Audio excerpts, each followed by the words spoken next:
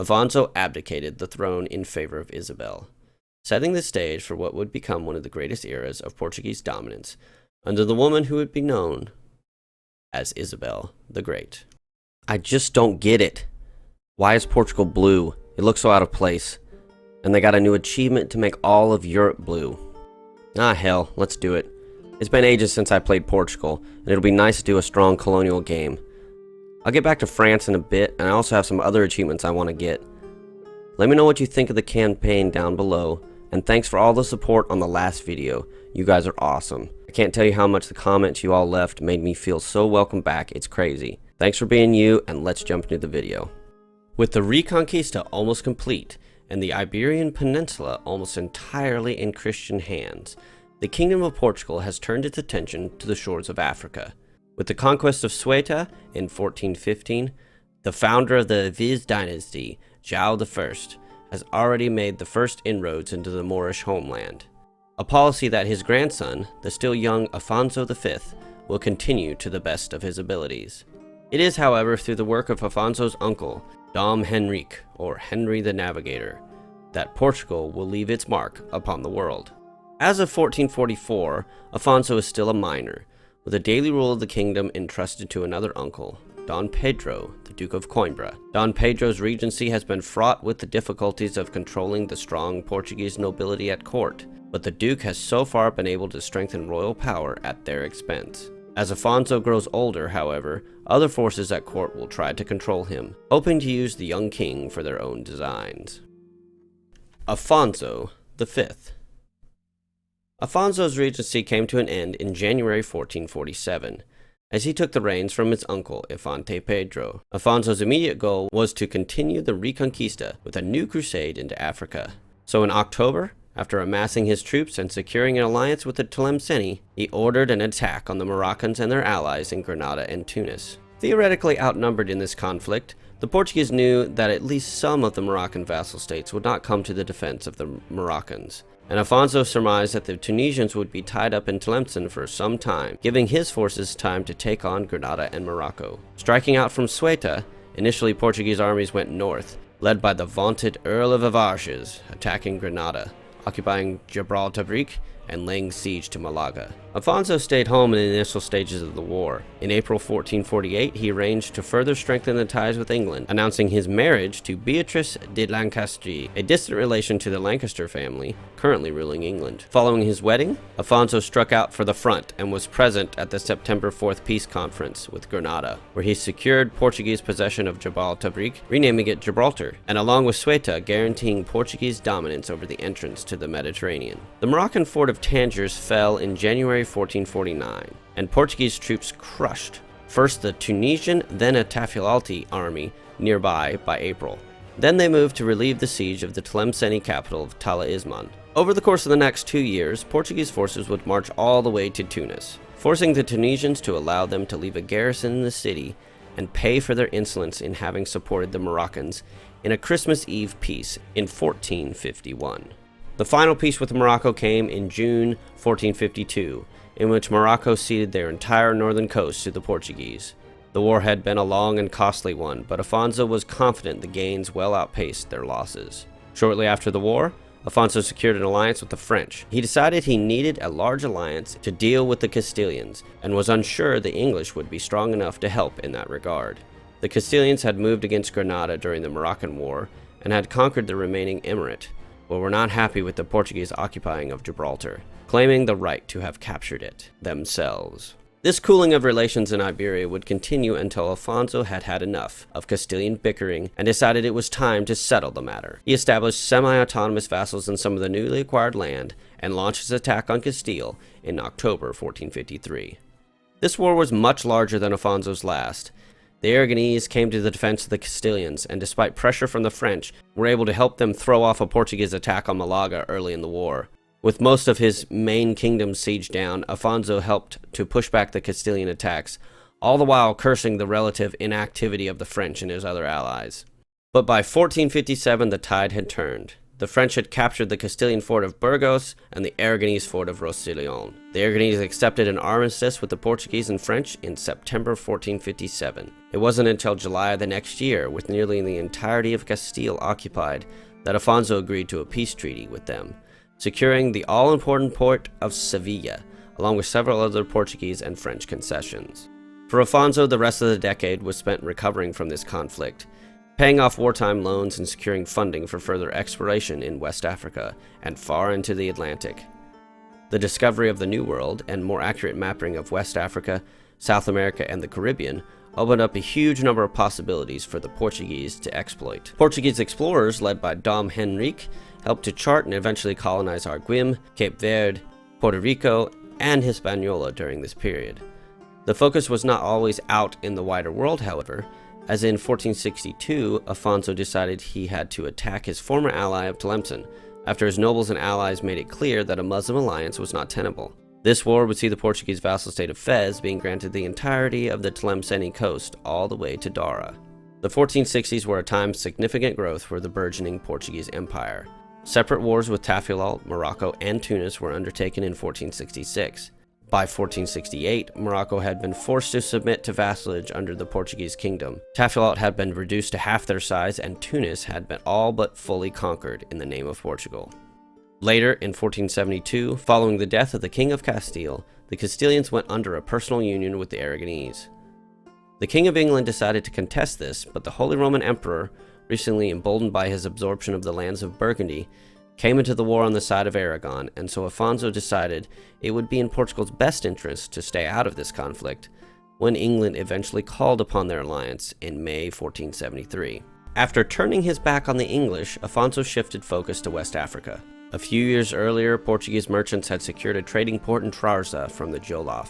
From here, in 1475, Afonso authorized a war against the Fulo, with Portuguese troops eventually conquering and subjugating the Fulo. A year later, the Jolof were attacked as well. Then, during the late 1470s, supporting his new vassal of Morocco's claims, Afonso declared war on Sousse and conquered them. This was followed up by assaults into Tafilalt and Mali, respectively, both wars being resolved by the end of the next year. Finally, looking to continue the momentum, the Portuguese armies attacked Tripoli, Tlemcen, and Togut, nearly completing their wars against all the known northern and western African nations by June 1485.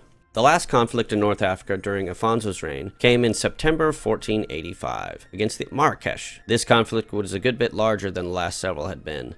The Aragonese king had declared he would not see Portugal conquer all that, quote, should be split equally among the Reconquista, and pledged his support to defend Marrakesh. So Afonso called upon his French, Milanese, and Papal allies to throw their lot in once again against the Aragonese and Castilians. The conflict lasted all of 2 years. The combined allied armies crushed the Aragonese, and Afonso let them off lightly in a humiliating dismissal. Marrakesh was absorbed into Morocco, and Afonso's dominance in both Iberia and Africa were secured. During all of this conquest, the colonization of the New World had continued at a steady pace. The Caribbean settlements being organized into Caribes in the 1480s, and new settlements coalescing into what would become known as Brazil in South America. By this point, Afonso had been reigning for more than 40 years. Over 50 when including his regency period. During this period, he had one main designated heir, his son João, who was killed leading troops during the wars in North Africa in 1478 at the age of 30. João had been the only child of Afonso and Beatrice who had reached adulthood, and by the 1480s, the search for a suitable heir was becoming hectic. Afonso decided in October 1483 to designate a new heir. Descended from Castilian nobility, Isabel was at one point distantly in the line for the Castilian throne, before it fell under Aragonese sway. Born in 1470, by this time she was 13 years old, and was part of the noble families that had fled from Castile following its fall. Afonso and Beatrice had taken in the young girl after Beatrice learned of her parents' untimely death, and within a few years she was considered their daughter. And so, in April 1490, at the age of 58, after having accomplished more than he could ever have hoped for as King of Portugal, Afonso abdicated the throne in favor of Isabel, setting the stage for what would become one of the greatest eras of Portuguese dominance, under the woman who would be known as Isabel the Great. Isabel rose to the throne of Portugal at the age of 19. At the time, Portugal was a mid-sized but growing kingdom on the edge of Europe. By the end of her reign, she would have built a world-spanning empire that would make the Portuguese the richest, largest, and most powerful nation on the planet. Capitalizing on her adopted father's reign, Isabel almost immediately set about with similar priorities. The colonial charter for Brazil was finalized in October 1490, and further expeditions were launched around the Cape of Good Hope. In West Africa, a small war would bring the Jolof fully to heel, finally, and in North Africa, the Mazab would accept vassalage, setting up Portugal for further domination in the region. Back in Europe, the French drug Isabel into a war with the Savoyards, one that Portugal took very little part in, but that Isabel felt obliged to join due to the long-standing alliance and her need for the French to stand as a bulwark against the Aragonese and even the mighty Austrians. It would be nearly a decade into her reign until Isabel could secure French support for what would become the Second Porto-Castilian War, launched in late 1499. Lasting 3 years and fought not only in Western Europe but in West Africa and even South America, this war would be one of the founding triumphs of Isabel's tenure as queen. The peace treaty would force the Castilians to relinquish the entire western half of the Iberian Peninsula, finally establishing a direct land border between Portugal and France, as well as forcing them to relinquish control of their small colony in Sierra Leone and northern South America. This area the Portuguese would eventually develop into the colonial nation of Venezuela. It was also in 1502 that Portuguese colonizers established a colony, the Cape of Good Hope, a colony that would be essential in the eventual Portuguese domination of world trade. Isabel spent the first decade of the new century further conquering North Africa, integrating the last independent nations there into Morocco and Mazab, two vassal states of the Portuguese Empire. Later, even while helping the Pope in his war with Venice, she ordered troops to attack Mali in West Africa and annex them as well, along with the Kong in the later part of the decade. In the New World, colonization continued apace, with the colonial nation of Venezuela established officially in 1509, and the nations of Brazil and Caribas expanded greatly during this period. In Africa, Portuguese settlers occupied a port near the border of Kilwa, and in 1511, with rumors of large gold deposits in the Kilwan lands, Isabel authorized an attack into Kilwa. The war with Kilwa would last nearly 4 years, during which time the Moroccans became fully integrated into the Portuguese crown. The Kilwans would be forced to relinquish virtually the entire southern half of their country in the eventual peace deal. Isabel would establish direct Portuguese holdings on the coast and a vassal state of Mutapa in the interior. On their way back home, some of the armies that participated in the Kilwan attack stopped by the Portuguese possessions in Congo and launched another attack there in 1516. Whether this war was authorized by the Queen is debatable, but in any case, within about 8 months, the Congolese accepted the loss of their coastline to abate the Portuguese fury. A similar fate would befall Benin, further north on the African coast, and by the time the majority of Portuguese armies returned to Iberia in 1520, the volume of trade flowing into Sevilla had doubled since the dawn of the century. In May 1520, Isabel would launch the Third Porto-Castilian War against the Aragonese-Castilian-Austrian alliance, bringing the French into what would be yet another large war. Portuguese armies spent most of the first year occupying Iberia, while the French dealt with the massive Austrian armies on their own. It wasn't until 1523 that enough pressure from France and the eventual arrival of Portuguese armies en masse would convince the Austrians to leave the conflict, and then, isolated, the King of Aragon was forced to accept Isabel's peace deal in March 1524. The Castilians and their Aragonese masters would be forced to give up a number of colonies, sizable areas of Iberia, and the island of Malta in this peace deal. Additionally, a separate peace with Florence had seen that republic subjugated to the Portuguese Empire as well. With her army still in Italy from having subjugated Florence, Isabel authorized an attack on Siena to return Florence to some of its former holdings.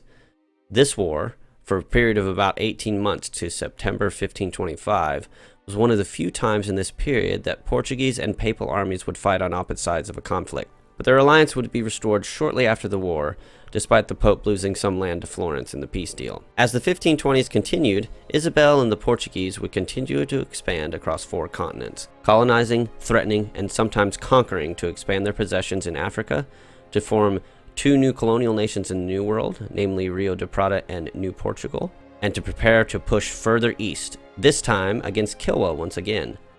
In 1530, in a war that took less than a year, the rest of the Kilwanese nation, including the vaunted port of Zanzibar, was firmly in control of the Portuguese.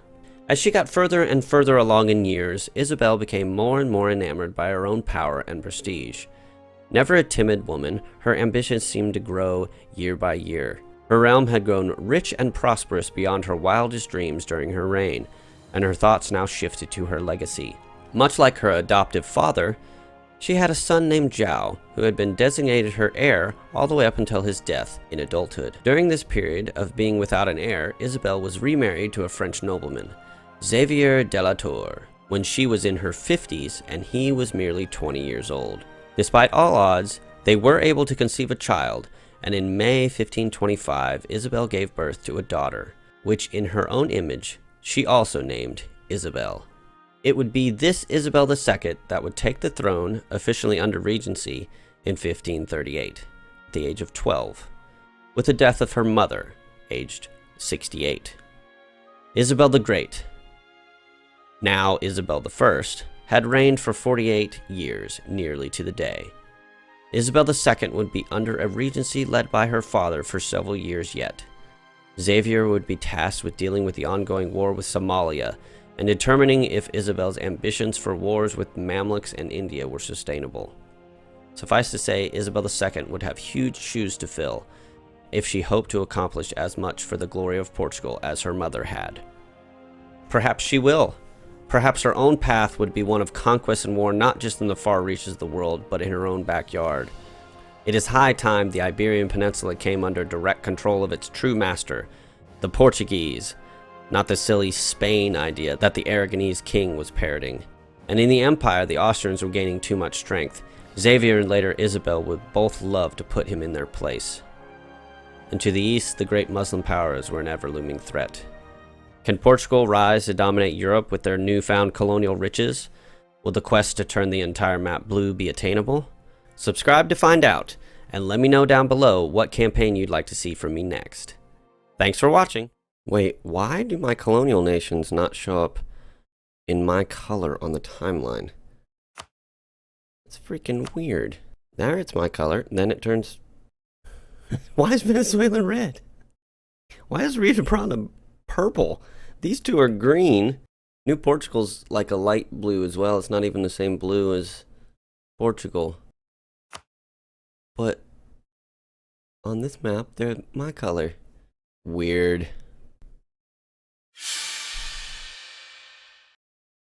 She was 20. Son of a bitch.